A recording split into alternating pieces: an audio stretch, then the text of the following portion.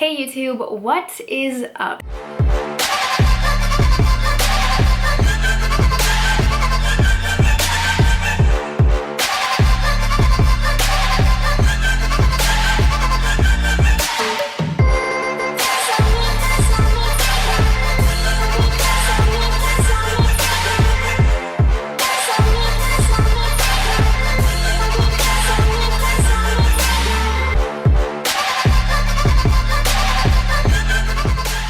I'm so happy to have you here. Today we are doing a very fun workout style video. I'm taking you guys to the gym with me via voiceover to go do a leg day training routine and also tap into a little bit of my calisthenic training. I'm going to talk to you guys about some of the exercises that I love doing lately and what some of my strength training goals are when it comes to building my lower body and also the strength of my upper body.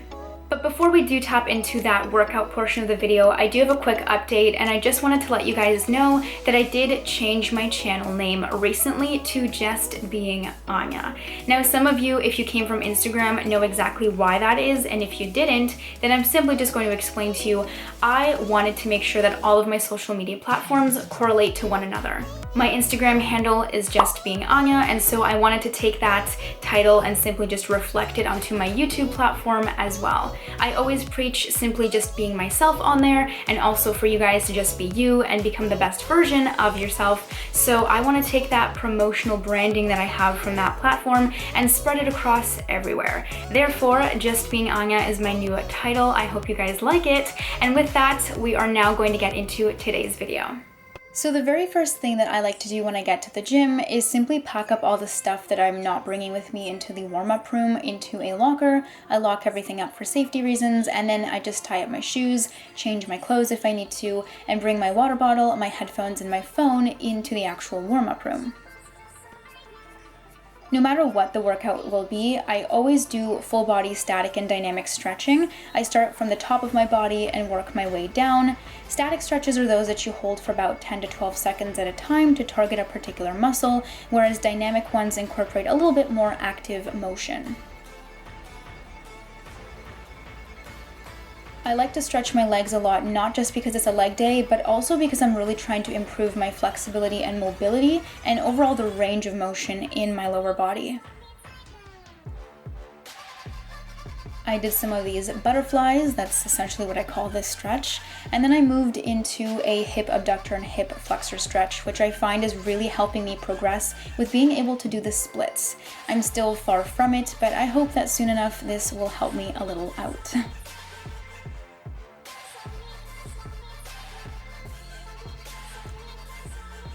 We move on with more single leg stretches. This is really good for your quads, and I find that the further that you pull back, the better stretch that you'll get. I try to also make sure my core is stabilized when I do this, and then move directly into a dynamic stretch to, again, open up my hips and move my legs a little bit more before I put any additional weight into my routine. I do the same kind of dynamic stretches for upper body as well, just to make sure my whole body is warmed up.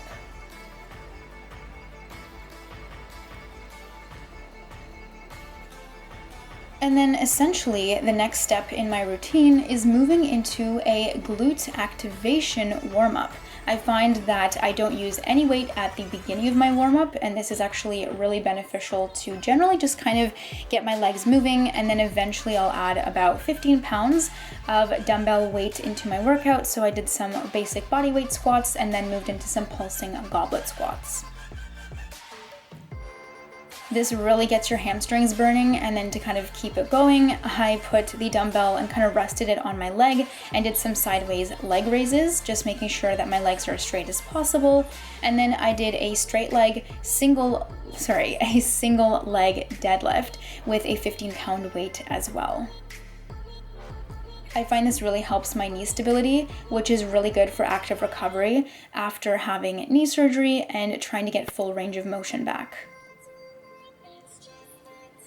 Moving on, I hop up onto the Stairmaster to do a little bit more of a glute activation, and I make sure that I don't really go up by single steps. I usually do double, and I make sure to do some leg lifts while at it. I do them backwards, I do them sideways, in any kind of creative way I can think of. Sometimes I will put an additional 3 or 4 pound weights on my ankles if I'm really feeling like actively burning more calories that day and having a harder workout. But because I was doing a leg press today, I didn't want to strain myself too much, so we moved into the leg press, and I'm starting off with a warm-up of 1 plate on both sides, which is equivalent to about 100 pounds or 45 kilos. I'm trying to work my way up to doing 3 times this, and I don't know how long it'll take, but I know I want to do 3 plates on both sides, and I've done it before, like 1 or 2 reps, but I want to get to a point where I can do like a full set of them. So I just wanted to add a little bit more weight onto this exercise here, as you can see on the screen. And I just always make sure that I can actually lift the weight before I release the safety, just to make sure I'm not, overthinking the exercise. And once I drop that weight, I hold onto the bottom of the seat for extra support. This was a real burn, but this exercise has helped me grow my hamstrings amazingly.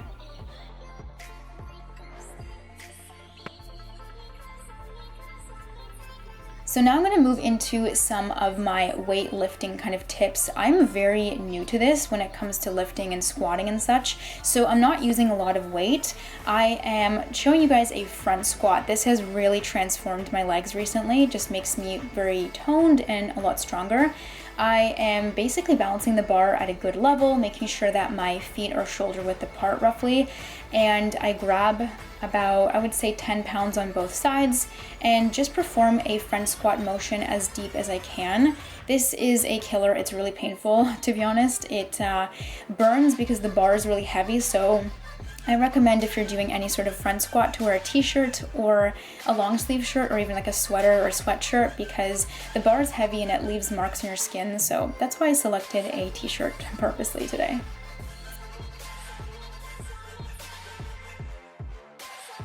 For regular back squats, I'm adding a little bit more weight, about 15 pounds on both sides, equivalent to about 30 pounds in total of extra weight that I'm lifting plus the bar.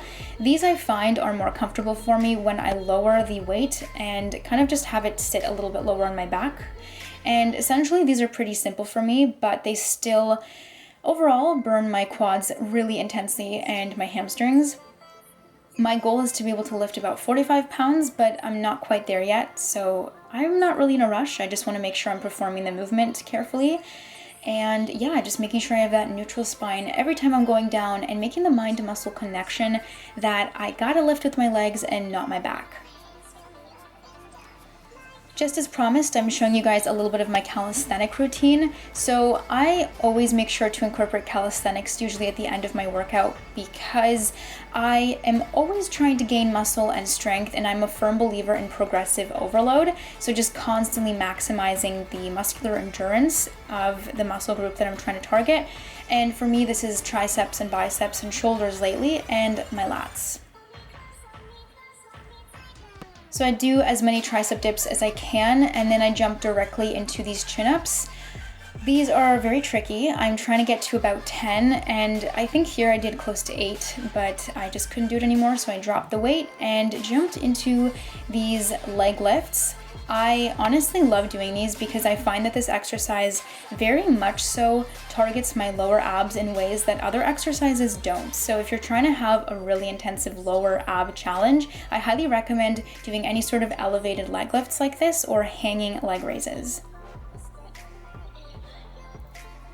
If you want an even more advanced motion, I'm basically trying to improve myself at this, but I do this kind of concentric bicep curl, and then I raise my legs pretty much straight and then bend them, straight and then bend them, and just do that as many times as I can. I find exercises like this honestly have defined my abs more than I've really ever seen them, so I highly recommend.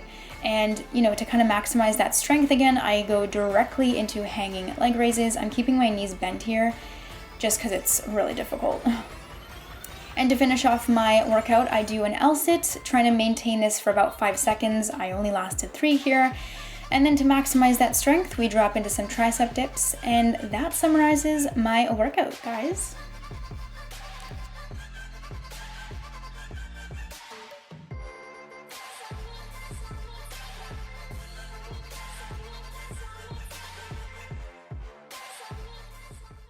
And that summarizes my video for you guys today. I hope that you enjoyed it. Make sure to hit up that like button if you did like this type of content from me. Thank you guys so much for watching, and I'll see you guys all in my next video. Bye guys.